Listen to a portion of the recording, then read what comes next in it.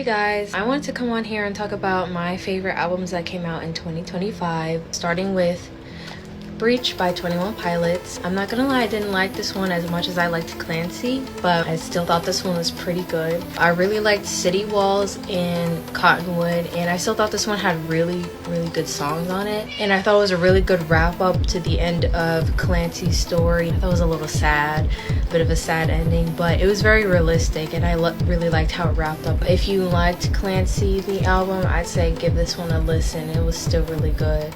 And then also they had like the extra song Drag Path. That one was a really good song as well, so definitely give this one a listen. And then next was Addison by Addison Rae. That one surprised me with how good it was, especially the singles. Not that I thought the album would be bad or anything, but it really surprised me with how good it was. I like the fact that she worked with only female producers and songwriters. That was like a really admirable thing for her to do. And I think that's why the project came out so well, was because she had like a clear intention going into the album. So yeah, it was a really good album. I really liked High Fashion, and I really liked Fame is a Gun. I just really liked the entire album. It was just really good, and I think if Addison keeps going in this direction, she might just become like a household name very soon. Next was Fancy That by Pink Pantheress. I really like the direction she went with this album. I like that she went in a more pop direction, in a more upbeat, happier, more fun direction. As much as I do like her sadder, more introspective songs, not that like, I feel like a lot of the songs on here were still like, you know, pretty sad lyric wise. I do feel like this one was just like more fun, more songs you could play at the club, more songs you could just get up and dance to. And I feel like she improved more sonically with this album. I feel like with each album you could hear her improve in her craft. With her first mixtape, it kind of felt like she was getting her footing, especially with how short the songs were. It kind of felt like they were incomplete. Like she was just like, let me get this idea down and then put it out. I think that's why it was a mixtape. She was just compiling all the songs that she like was satisfied with. Even though they were still very good, it just kind of felt like, oh, let me just get this out. Even like, I feel like with each album she has like a clear intention, especially the visual direction as well. And you can see with even her first album there was like a clear visual direction, but with this one she even said she got a whole marketing team for this one, and you could tell with like visual aspect of this, even on the back. I even have, let me get it real quick. This came with a whole Zine, sorry, it's called a Zine, and it has like a whole bunch of visual like graphics, and there's even like questions that she answers in here, and it's just very well thought out. And I like how she had like a whole intention with this album that you did not see in her other albums. So I like how you can see a lot of improvement with this album, both visually and sonically. So I really love this album, and the repackage as well. I like that she had a lot of artists on the repackage, and she had a lot of DJs in the repackage, so it made each song sound fresh. I do wish she had a remix for all the songs on the album, but I still do like that she, you know, had a lot of artists and a lot of DJs. That was very like interesting to see as a listener, you know, something like that you don't see a lot of artists doing, especially with repackages and deluxes. You don't see a lot of collaboration like that, so it was nice to see. Thank you, Pink Panthers. Second is Ego Death at a Bachelorette Party by Hayley Williams. This is by Queen. Love her, and as you can see, this is the signed album that I won at her listening party, so I'm showing it off right here a little. But I am obsessed with this album. I've listened to it at least like 7 or 8 times in a row. I love every single song on here.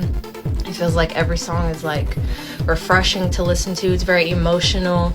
You could tell she put intention behind every single song. I want to say my favorite is Parachute, Good Old Days, Ego Death at a Bachelorette Party. I think those are my favorites. And you could tell she also had like a lot of intention with this album, with the way she marketed it, by putting it on her website for her hair dye website first, and then releasing it as singles on streaming, and like letting the fans putting it in the order they want to listen to it first, and then releasing it as an album, and then releasing it for physical release at the listening party. She wants the fans to be involved in every step of the way, you could tell. I really have no notes for this because it's just like, if you listen to it, you know, like, it's just 10 out of 10 album. And oh, I forgot to mention, both of these albums were nominated for Grammys, so definitely watch the Grammys if you like either of these albums. And then my #1 album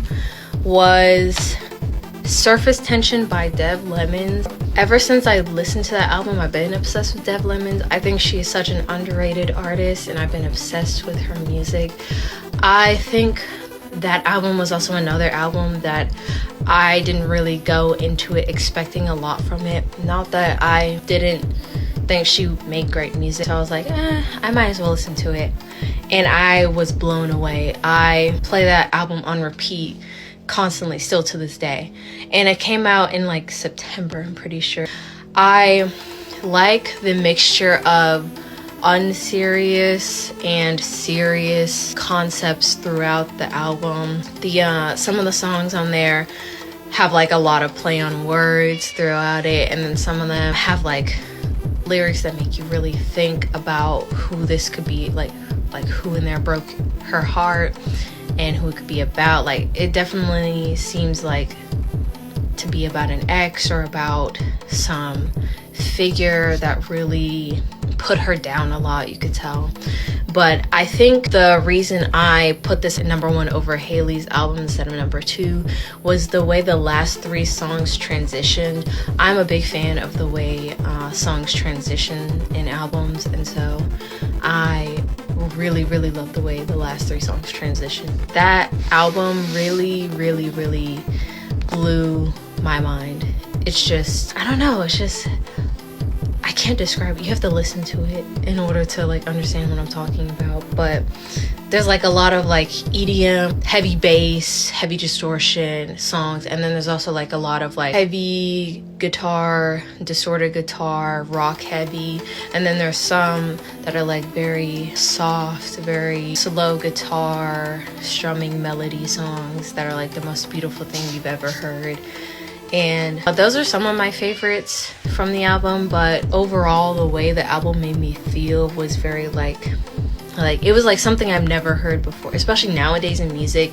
It was like a breath of fresh air, I guess you could say. And especially because all the songs sounded different from each other, especially the way she put the songs in order. It was like going back and forth, and I think that's what made the listening experience so unique. So I definitely say check out that album. You will not be disappointed. So yeah, those were my top 5 albums of 2025. Thank you for listening, and goodbye.